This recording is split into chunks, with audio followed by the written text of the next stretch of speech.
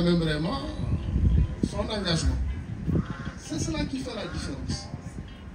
L'État du Sénégal n'a pas fait Youssou Ndour. Il faut aussi qu'on se dise les choses. Si on est là, en attendant les bons hivernages, en attendant les bonnes opportunités, aucune opportunité ne va frapper à notre porte. Je voudrais quand même vraiment le dire à l'endroit des artistes. Parce que sinon, tout de suite, je suis là, on m'a présenté comme le directeur du patrimoine culturel. Donc voilà, donc c'est le directeur du patrimoine culturel. Je ne suis pas né avec ce titre, heureusement. Mais que je l'ai construit au fil du temps. Ce qui m'a éloigné de la scène, c'est notamment l'engagement professionnel. Mais jusque-là, j'ai gardé un contact, je suis membre du réseau, en tout cas vraiment des fondateurs du réseau africain, des professionnels, en tout cas vraiment, du réseau africain, en tout cas vraiment des professionnels du théâtre. On a fondé à BG en Algérie. Donc je continue à travailler dans ce réseau-là.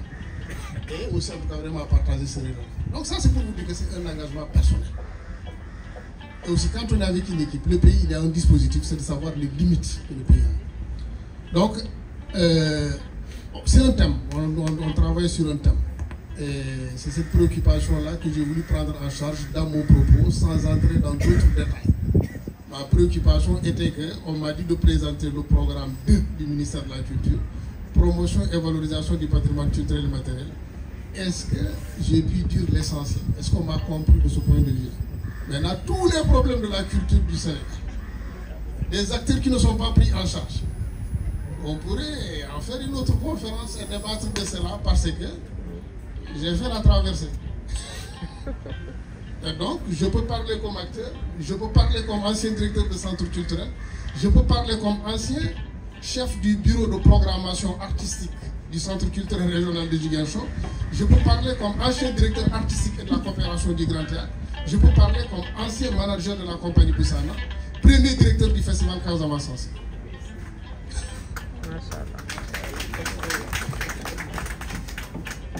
Ça, on peut débattre de ça. Mais c'est pour vous dire que ne nous jugez pas trop vite quand nous sommes assis devant un président. Parce que nous vivons dans ce pays et nous vivons les mêmes réalités. Et on a à cœur que le secteur de la culture, qui est notre secteur, se développe. Qu'on crée des champions dans le secteur. Et ce qui crée des champions dans le secteur, c'est ce que le DG Bachili vient de révéler. C'est ce qui est apparu aussi dans une bonne partie du propos de Guissé de Omar et d'autres. C'est fondamental. Comment structurer un secteur? C'est l'affaire de tout le monde. Il y a une responsabilité étatique, c'est de créer des dispositifs qui optimisent les conditions de développement du secteur. Et par rapport à ça, il m'a posé une question concrète. Est-ce qu'il y a une loi spécifique qui gère le patrimoine au Sénégal? Oui, il y a une loi, mais qui est dépassée par le contexte actuel. Elle est en révision. On a entamé un processus de révision.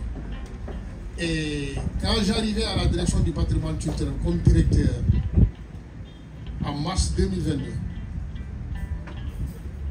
j'avais trouvé déjà quand même vraiment dans la programmation de ces instances-là, il y avait l'atelier, parce que ça devait être le 3e atelier des experts qui travaillent sur ce document-là. Après ce 3e atelier, je me suis rendu compte d'une chose, que nous devions nous précipiter lentement. Il fallait quand même vraiment, parce que ma conviction était que on n'a pas impliqué suffisamment d'acteurs autour de la question. J'ai bloqué le processus. Et autre chose, j'avais remarqué quand même vraiment qu'on n'avait pas essayé de regarder ce qui se passe en Gambie ni en Guinée-Bissau. Parce que c'est bon parfois quand même vraiment dire.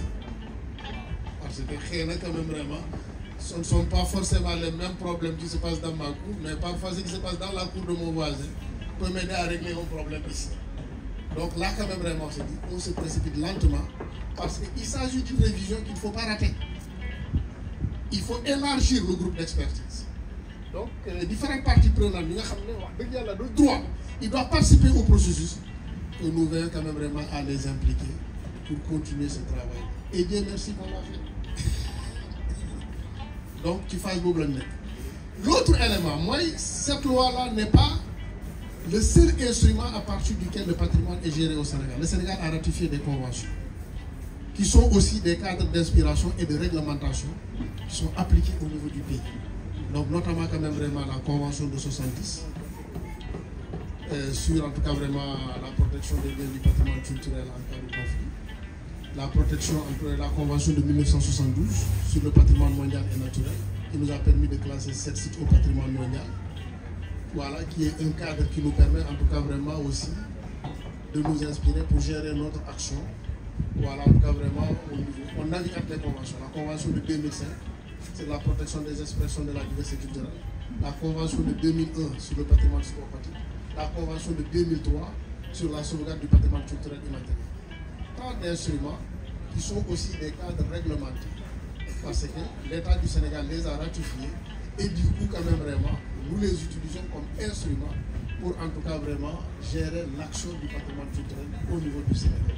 Je suis moi-même un des 4 experts référents de la Convention 2003 de sauvegarde du patrimoine culturel immatériel. À l'époque, j'étais chef de division du patrimoine culturel immatériel à la direction du patrimoine culturel. Et sous l'impulsion de mon directeur à l'époque, Feu Abdul Aziz Guissé, on a porté le programme national d'inventaire du patrimoine culturel immatériel. Parce que le 17 décembre, je venais d'arriver à la direction du patrimoine culturel et ma préoccupation, c'était quand même vraiment aussi comment compenser ce qui était là, c'est-à-dire le manque. On a la liste nationale des sites et monuments historiques, mais on n'a aucun repère de liste sur les qui a échappé à toutes les formes de domination jusque-là au niveau du Sénégal, même si menace il y a, mais on peut dire quand même vraiment qu'il y a un rescapé, c'est le patrimoine culturel immatériel. Parce que les processus du mariage, dans nos familles, la gestion du deuil, dans nos familles, la gestion des conflits, dans nos familles, ça quand même vraiment, c'est un legs patrimonial qui existe encore, qui est là. La gestion des protocoles, en tout cas vraiment agricoles, comment préparer l'hivernage, comment l'accompagner. Les protocoles, en tout cas vraiment de rituels de soins, d'initiation, des chaînes de transmission. Nous, je disais récemment à un chercheur que j'ai reçu qui me dit comment expliquez-vous le désintéressement de la jeunesse par rapport à la gestion du patrimoine culturel. De quel patrimoine tu parles? Si c'est le patrimoine qui est dans les institutions ou c'est le patrimoine d'une manière générale. Parce que je reviens de EFOC où en tout cas vraiment il y a eu plus de 3000 jeunes qui viennent de faire leur retraite initiatique. En quoi le village d'EFOC va dire que sa jeunesse n'est pas intéressée par son patrimoine? C'est une question fondamentale. Parce que si la vision, on la ramène uniquement à ce qui est géré au niveau de ces institutions-là, il est limité trop de perspective. Autre chose, nous bâtir l'y relever. Donc, là, c'est quand même moins fondamental. Et là, je voudrais interroger la Constitution du Sénégal. Parce que je me rappelle quand même vraiment du président des éleveurs de Ziguinchor qui était venu à un CRD, une coordination très sérieuse avec l'ordre du jour. Voilà, vous avez dit que le gouverneur, man m'a présidé l'association des éleveurs du Sénégal. Gannaaw ñun nag yi ak béy yi xamuñu frontière ñun nag ordre du jour bi ñu tënk.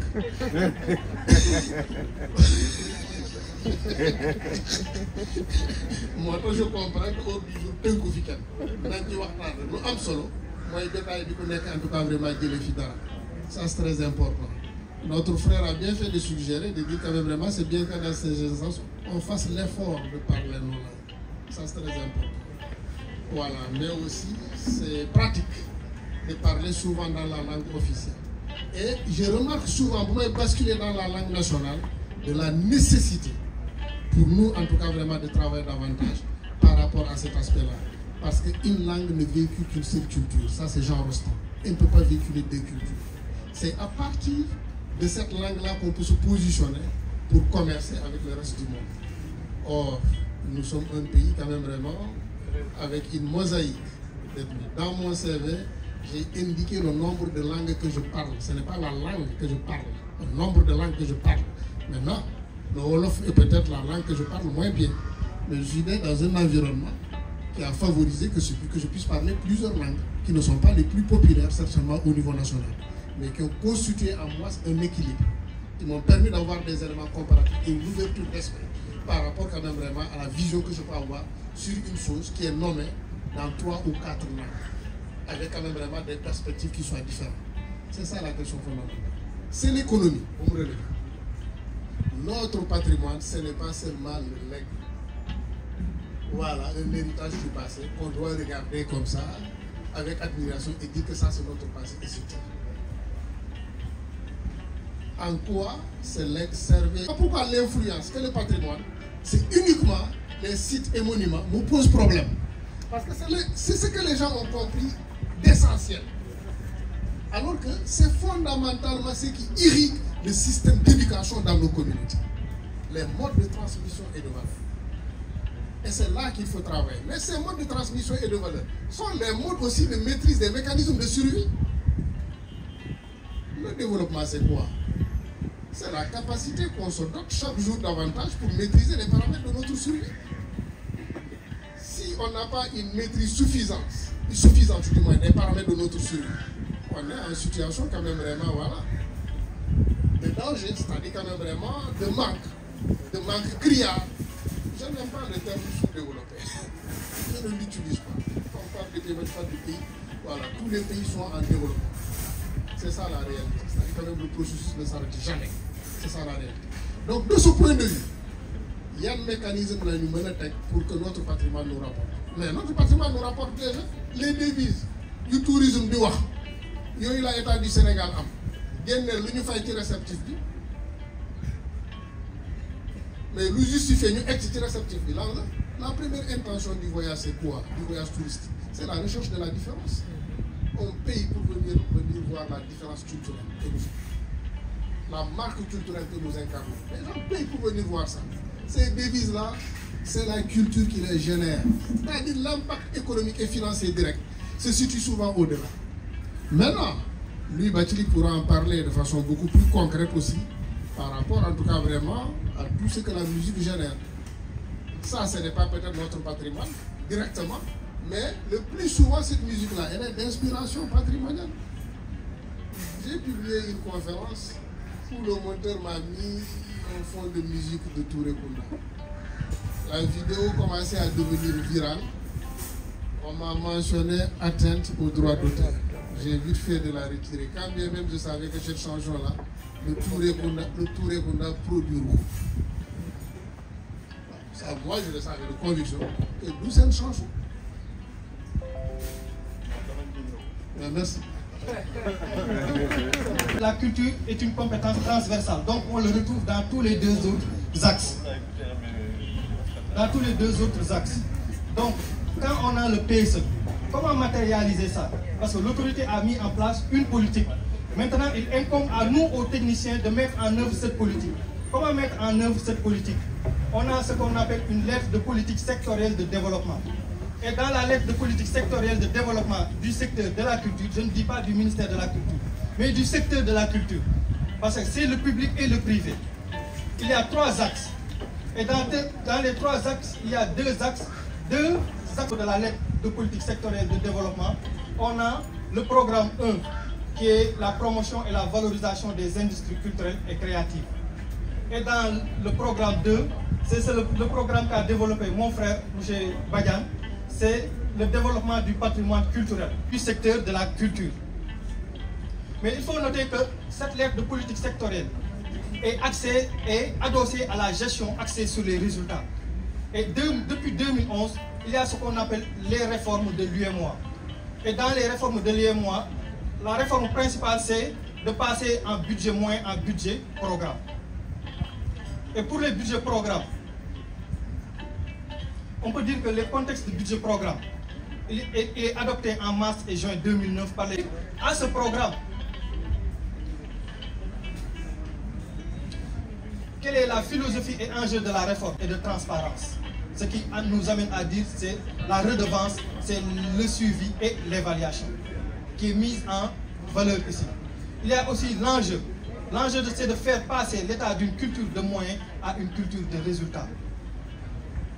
Donc chaque année, le responsable de programme, avec les unités opérationnelles, doivent déterminer ce qu'on appelle la stratégie du programme. Et dans la stratégie du programme, ils doivent montrer comment faire pour atteindre les objectifs qu'il s'est fixés dans l'année N. Parce que c'est dans les budgets programmes, l'enveloppe indicative est notifiée sous forme de année N+1, année N+2, année N+3, c'est-à-dire que dans 3 ans. Et dans chaque année, le responsable de programme doit décliner vraiment les objectifs et les résultats à atteindre pour l'année N. Quelles sont les innovations au plan budgétaire? C'est-à-dire auparavant, dans les budgets moyens, il n'y avait pas de responsable de programme.